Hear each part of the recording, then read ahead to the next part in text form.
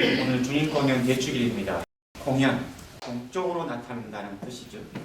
영어로 에피판이라고 하는데 성스러운 존재 혹은 초자연적이고 신적인 존재가 세상 안에서 자신을 드러내는 의미를 가지고 있습니다. 우리가 흔히 아는 그 삼화, 동방의 세 박사들에게 아기 예수님이 드러나신 날을 기념합니다. 오늘 복음은 이 세 동방 박사들이 베들레헴에서 태어난 한 아기를 찾아 나서는 과정을 그리고 있습니다.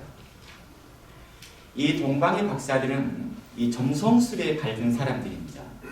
점성술은 어떤 천문학의 현상이나 또는 천체 현상을 관찰하고 미래를 예측하는 분야입니다. 즉 하늘에 있는 태양이나 달이나 별이나 어떤 그런 모양이나 밝기 또는 그 자리를 관찰하면서 한 인간이나 한 나라의 운명 또는 장래를 예측하는 겁니다. 어쩌면 이 동방 박사들은 평생 동안 별을 관찰하고 연구했을 것 같습니다. 그런데 어느 날 그들은 한 번도 본 적이 없는 별을 보았을 것이고 그 별이 다른 별과는 다른 의미를 가지고 있을 거라 생각했을 것 같습니다. 그래서 그들은 동방에서부터 그 별을 향해서 머나는 여정을 시작합니다.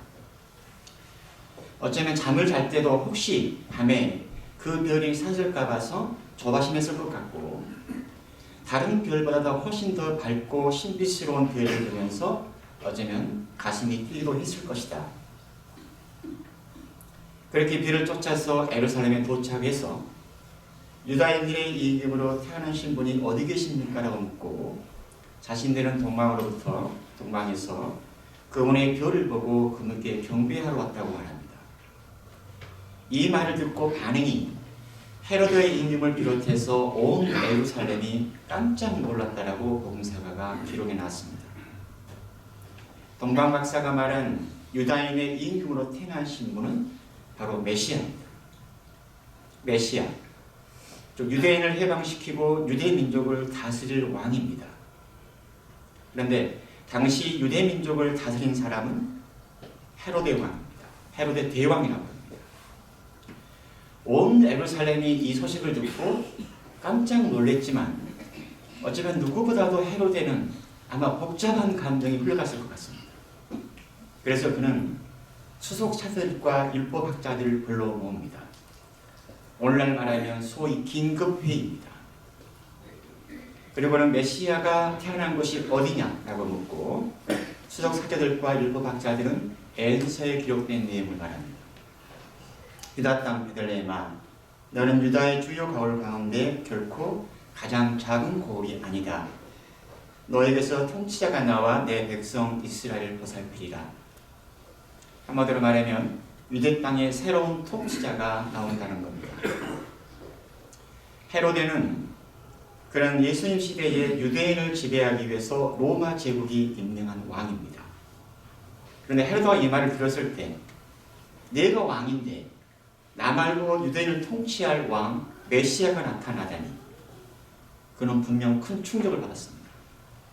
그래서 그는 박사들을 몰래 불러서 별이 나타난 시간을 정확히 알아내고 그 아기를 찾거든 나에게 알려달라고. 나도 너희들처럼 경배하라고 하겠다고. 하지만 우리는 헤로데에 일어난 의도가 순수한 동기가 아니라는 것을 잘 알고 있습니다. 헤로데는 당시 절대 권력을 가진 왕입니다. 그래서 유다인의 왕이 태어나는 소식을 들었을 때 아마 무척 불안했을 것 같습니다. 특히 그 당시에는 유대인들이 로마의 어떤 정치적인 속박으로부터 자신을 구해줄 메시아를 기다리고 있었습니다. 흔히들 메시아적 운동이라고 합니다. 메시아니크 무브먼트 또는 어떤 소요가 일어날까 봐서 늘 경계하고 있었습니다. 그래서 유대인의 왕인 메시아가 태어났다는 말을 듣고 헤로다는 분명 두려움을 느낍니다.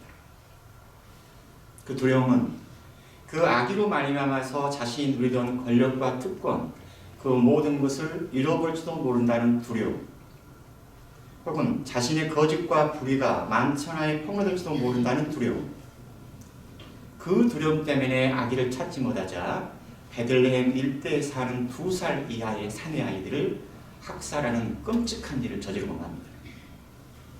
한 인간의 어둡고 광기어린 권력론 때문에 수많은 무지한 아이들이 죽임을 당하는 것입니다. 이 끔찍한 사건은 하나님께 대한 인간의 저항이고 어둠의 속성이고 하늘나라에 대한 폭행입니다. 동방 박사들이 아기 예수께 드린 예물은 황금과 유황 그리고 몰락입니다. 그 당시에 동방에서 가장 값비싸고 귀한 물건입니다. 그런데 이 세 가지 예물은 모두 아기 예수의 정체성을 담고 있습니다. 우리 교회에서는 동방 박사가 드린 황금은 메시아의 왕권을 상징하고 유황은 메시아의 사제직을 그리고 몰락은 예수님의 죽음을 상징하는 것으로 봅니다. 또한 그들의 예물은 유대인의 왕으로 태어난 아기 예수께 경배하시는 것에 대한 감사의 마음도 담아있는 것 같습니다. 제가 한평생 별을 관찰하고 연구했던 그들입니다.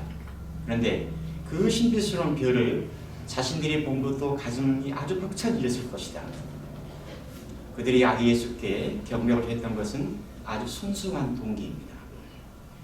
반면에 헤로데는 자신의 사욕과 권력을 위해 어둠 속으로 들어간 사람입니다. 반면에 동방박사들은 별의 인도로 빛을 만난, 아니 빛의 근원, 빛의 원천을 보았던 사람입니다. 어쩌면 그들은 유대인의 왕, 다른 사람들이 왕으로 태어난 아기를 찾아서 먼 길을 왔는데 크고 화려한 궁정이 아니라 가난하고 허름한 곳에 누워있는 아기를 보았을 때 그들은 실망하지 않았고 그 아기에게 최대의 경의를 표합니다. 어쩌면 그들은 아기 예수께 경배를 드리고 난 후에 아마 내면에 환한 빛을 가득 담고 집으로 돌아갔을 것이다. 동방 박사들에게 유대인의 왕이 태어났다는 것을 알려준 것은 별이었습니다. 또한 그들은 아기 예수께로 데려간 것 또한 별이었습니다. 여기까지가 사망의 이야기라면 과연 오늘날 우리는 이런 성찰이 가능합니다. 우리에게 있어서 별은 무엇이고 별은 어디에 있을까? 즉 무엇이 나를 예수께로 데려가고 무엇이 내 발걸음을 하나님께로 데려가는 것일까? 이 질문을 다르게 표현하면 이렇습니다. 내 삶에서 무엇이 혹은 누가 나를 주님께 대한 믿음과 희망과 사랑을 성장시켜 주었을까? 무엇이 나로 하여금 영원한 생명을 알게 하고 더 복음적인 삶으로 향하게 했을까? 그것이 사람일 수도 있고 이런저런 체험일 수도 있습니다. 체험이라고 해서 반드시 좋고 긍정적인 경험이 아닐 수도 있습니다.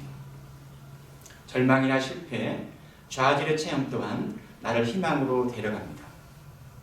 우리가 경험하는 그 모든 것들은 나를 하나님께로 데려갈 수가 있습니다. 해방신학자 레오나르도 보프가 한 말입니다.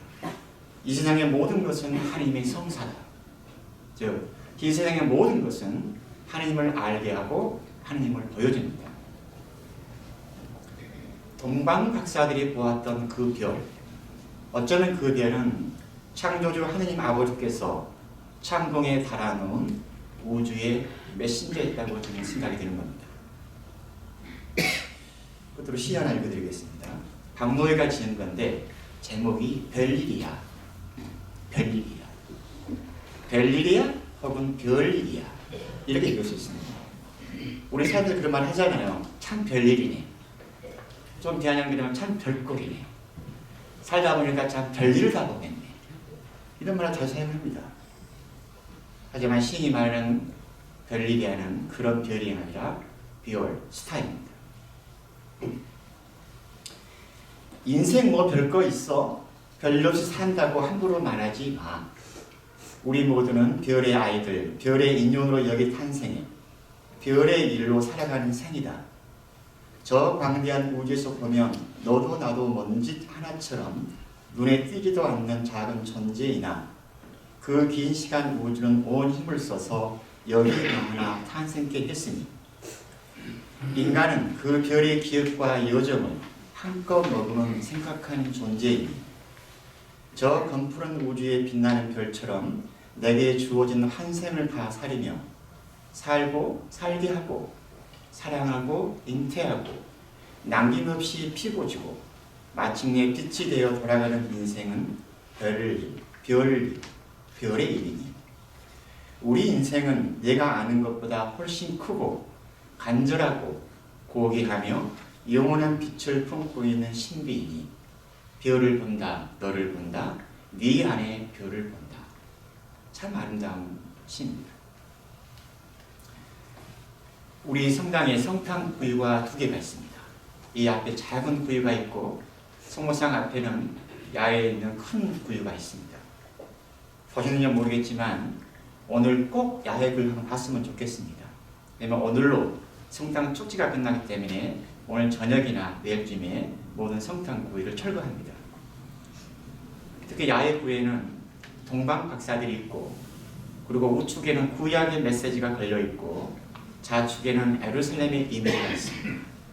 그리고 천장에는 수많은 별들이 있습니다. 우리 성당이 고유한 올해 새롭게 창작한 구유입니다. 야외 구유 한번 보시고 가슴에 편 하나 담고 집에 가시기 바랍니다.